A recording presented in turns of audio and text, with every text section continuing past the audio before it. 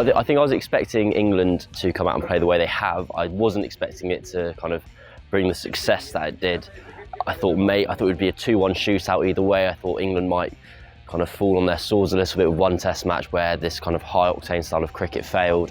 But as it's turned out, they've kind of dominated the whole series to an extent that I don't think anyone would have predicted.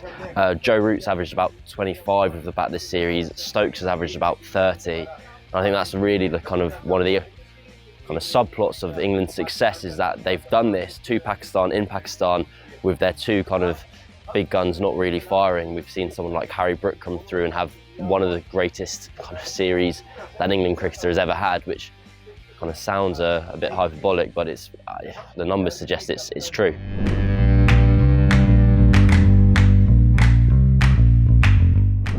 I think historically on kind of flatter pitches, Test cricket, the idea has been don't throw it away, kind of attritionally build your runs, get 500 over a day and a half, and then work to win the game from there. England with the bat have kind of thrown that out the window and gone, well, if it's flat, we know we can throw our hands through it.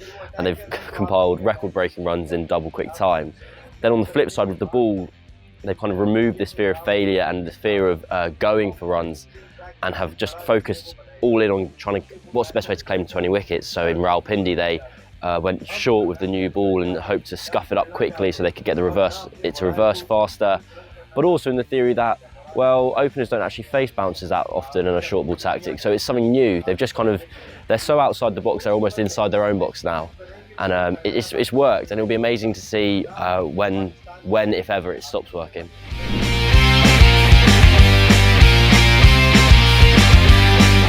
I think almost what the best thing for Abrar is I don't think he's a mystery spinner. And I think he said, Ben Duckett was quite bullish at Multan. He said he's a leggy with a googly.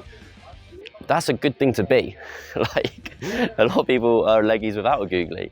And so I think the fact he's found success without being this mystery code that might be cracked one day probably bodes better for him and Pakistan in the future than, say, he just had this kind of Rubik's Cube action that eventually people will work out and they can kind of take advantage of it.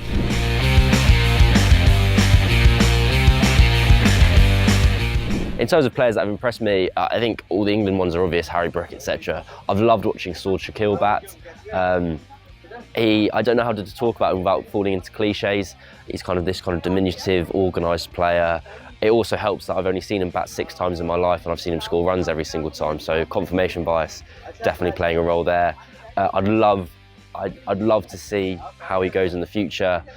This is my second tour personally, and in my first tour I went to the West Indies and Nkrumah Bonner had a great series against England, and I've kind of watched him with great interest ever since, and kind of Saud's my pick for this tournament, where I'm going to watch him for the years to come, hopefully.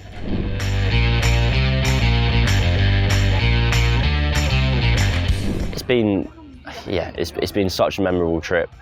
I think it's amazing to see how different the 3 places were, Rawalpindi to Multan to Karachi.